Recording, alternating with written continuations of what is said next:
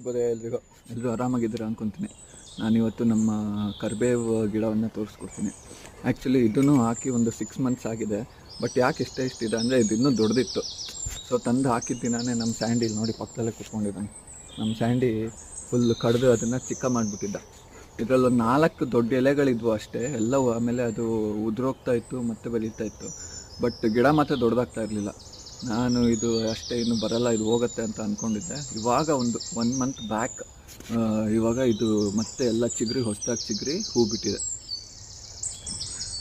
ನಾನು ಇದು ನಿಜವಾಗ್ಲೂ ಬರಲ್ಲ ಅಂದ್ಕೊಂಡಿದ್ದೆ, ಹೋಗುತ್ತೆ ಇದು ಬೇರೆದು ಹಾಕ್ಸ್ಬೇಕು ಅಂತ.